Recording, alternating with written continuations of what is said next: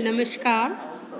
आज हम स्टार्ट करेंगे बीएससी पार्ट 1 पेपर 3 और उसमें हम देखेंगे वान डेर वाल्स इक्वेशन।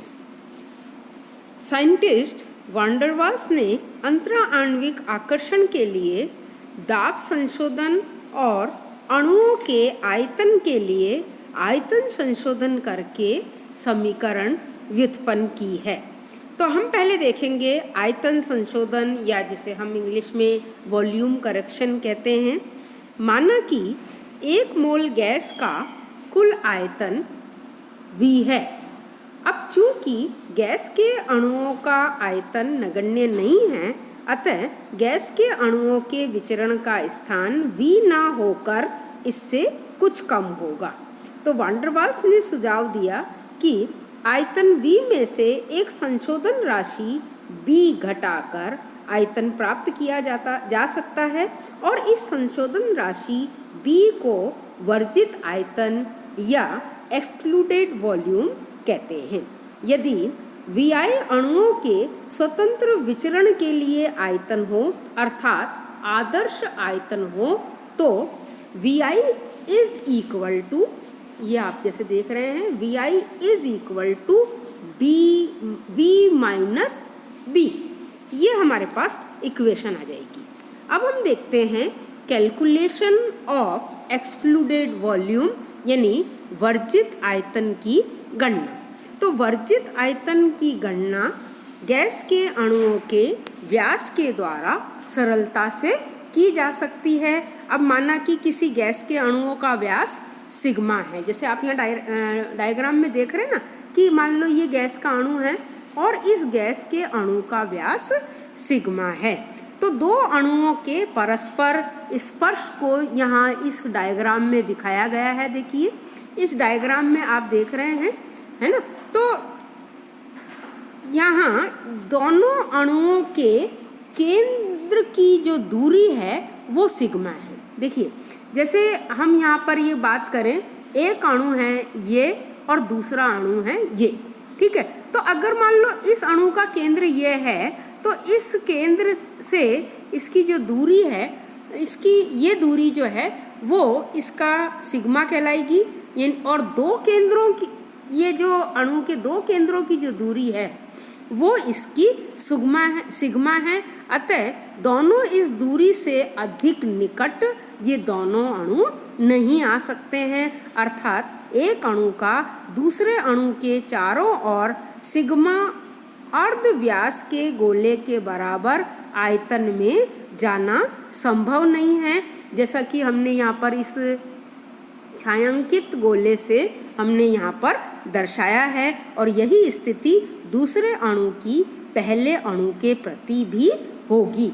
तो यहाँ पर छायांकित गोले का आयतन ही दो अणुओं के लिए वर्जित आयतन होगा। तो एक अणु का वर्जित आयतन, माना कि एक अणु का जो वर्जित आयतन है वो है, यहाँ आप देख रहे हैं ना कि मतलब गोले का तो आयतन हो गया 4/3 पाई सिग्मा क्यूब। तो एक अणु का वर्जित आयतन होगा 1/2 इंटू 4/3 पाई सिग्मा क्यूब, और इसको सॉल्व करेंगे तो ये आएगा 4/6 पाई सिग्मा क्यूब। तो एक अणु का जो वास्तविक आयतन है वो है 4/3 पाई सिग्मा/2 की पावर 3, और जिसको हम इस तरह से भी लिख सकते हैं 1/4 with in bracket 4/6 pi sigma cube. तो ये मानना कि इक्वेशन 2 है। तो इक्वेशन 1 जो हमने ये ऊपर वाली को नाम दिया इक्वेशन 1, तो इक्वेशन 1 और 2 से ये क्लियर होता है कि जो एक मॉलिक्यूल का जो एक्सक्लूडेड वॉल्यूम है, उसका जो वर्जित आयतन है वो बराबर 4 इंटू अणु का वास्तविक आयतन। तो ये हमारे पास हो गया 4 into 1/4 with in bracket 4/6 pi sigma cube. तो एक मोल अणुओं का वर्जित आयतन होगा, जिसको हम B से डिनोट करते हैं, which is equal to 4n with in bracket 4/3 pi सिग्मा/2 की पावर 3। यहाँ पर जो n है वो एवोगैड्रो नंबर है, और इसको हमें खास तौर से ध्यान में रखना है। और अब हम देखेंगे दाब संशोधन, या जिसे हम प्रेशर करेक्शन कहते हैं। तो ये जो संशोधन है, ये संशोधन अंतरा आणविक आकर्षण बलों के कारण किया जाता है उच्च दाब पर, जबकि गैसों के जो अणु हैं पास पास होते हैं, आकर्षण अधिक होता है। एक पात्र में गैस अणु भरे हुए हैं, माना कि एक पात्र में भरे हुए अणु, और इनमें से एक अणु ए जो कि पात्र के मध्य है, यहाँ पर देख रहे हैं ना आप, इस पर हम ध्यान देंगे। तो ये अणु अन्य अणुओं द्वारा सभी ओर से समान रूप से आकर्षित है। यहाँ आप देख रहे हैं ना इस डायग्राम में कि ये एक अणु ए है जो कि चारों ओर अन्य अणुओं से ये आकर्षित हो रहा है, दिख रहा है ना आपको। तो समान रूप से आकर्षित होता है। और ये बी जो कि इस पात्र की दीवार के पास है, ये बी नज़र आ रहा है ना, पात्र की दीवार के नज़दीक है, उस पर उसके पीछे से अणुओं के द्वारा शुद्ध आकर्षण बल एक दूसरे को समाप्त कर देते हैं। अतः अणु पर परिणामी आकर्षण बल शून्य हो जाता है।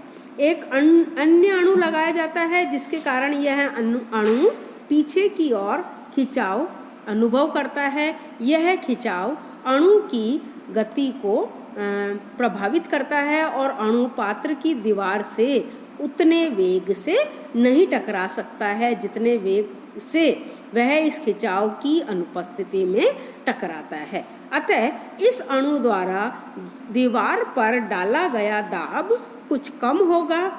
आदर्श दाब ज्ञात करने के लिए दाब P में कुछ दाब स्मॉल p जोड़ा जाएगा, और यदि आदर्श दाब PI है तो हमारा जो इक्वेशन होगी वो होगी PI is equal to capital P plus small p। तो B के समान अन्य अणुओं पर लगने वाले खिंचाव के कारण दाब में उत्पन्न कमी स्मॉल p निम्न कारकों पर निर्भर करती है। पहला, प्रति इकाई आयतन में गैस के अणुओं की संख्या अर्थात गैस का घनत्व, और दूसरा है प्रति इकाई समय की दीवार से टकराने वाले अणुओं की संख्या। यह संख्या भी प्रति इकाई आयतन में अणुओं की संख्या अर्थात घनत्व पर निर्भर करती है।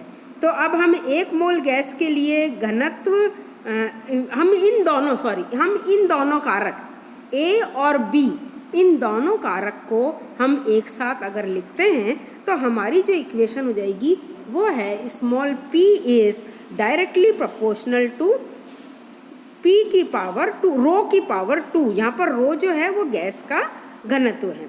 तो एक मोल गैस के लिए गैस का जो घनत्व है वो आयतन का व्युत्क्रमानुपाती है। तो rho is directly proportional to 1/v।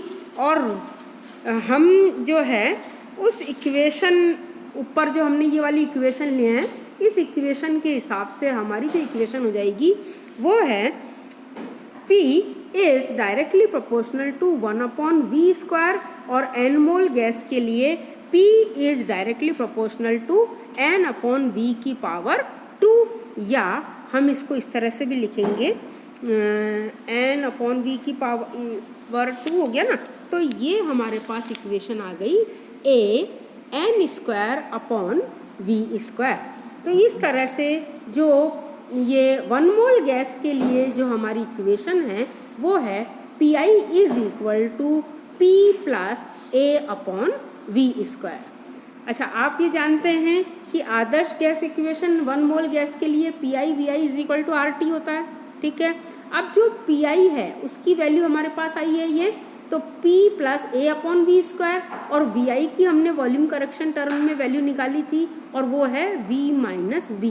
तो ये हमारे पास इक्वेशन आ गई P plus A/v² into V minus B is equal to RT। तो ये जो इक्वेशन है ये इक्वेशन कहलाती है वान डर वाल्स इक्वेशन। तो n मोल गैस के लिए अगर हमें वान डर वाल्स समीकरण लिखनी है तो हमारी इक्वेशन हो जाएगी, ये देख रहे हैं ना आप, ये है P plus A N square upon B square into V minus N B is equal to N R T, और P is equal to A N square upon B square, और A इज इक्वल टू, अगर हमें A निकालना तो A is equal to P V square upon N square. P is pressure, V is volume square and N is number of moles of molecules. तो ये हो गया हमारे पास प्रेशर को एटमॉस्फेयर में, वॉल्यूम को लीटर में अगर हमने डिनोट किया तो इस A की यूनिट आ गई हमारे पास एटमॉस्फेयर लीटर स्क्वायर मोल -2। और इसी तरह से B is equal to V upon N, यानी वॉल्यूम अपॉन मोल और वॉल्यूम लीटर, तो ये हमारे पास इसकी यूनिट आ गई लीटर मोल इनवर्स। तो इस तरह से हम ये जो van der Waals constant A और B है उनकी हम ये यूनिट हमने निकाली है। तो इतना आप पढ़िए। Thank you very much.